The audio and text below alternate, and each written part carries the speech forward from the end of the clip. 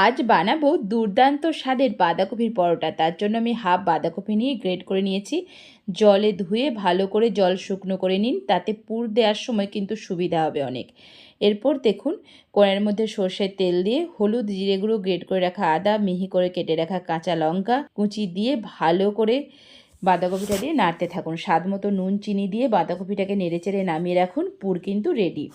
এরপর আটার মধ্যে স্বাদ মতো নুন, জোয়ান আর জল দিয়ে একটা ডো বানান। আর কি, চলুন এবার লেচি কেটে নিয়ে পুর ভরে বেলে নিন।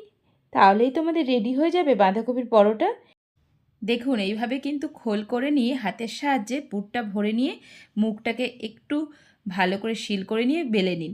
হালকা করে বেলবেন কিন্তু। তারপর তাওয়ার মধ্যে এপিঠ ওপিঠ সেঁকে নিয়ে উপর থেকে তেল দিয়ে ভালো করে ভেজে নিলেই রেডি হয়ে যাবে বাঁধাকপির পরোটা। খেতে কিন্তু শীতকালে অনবদ্য।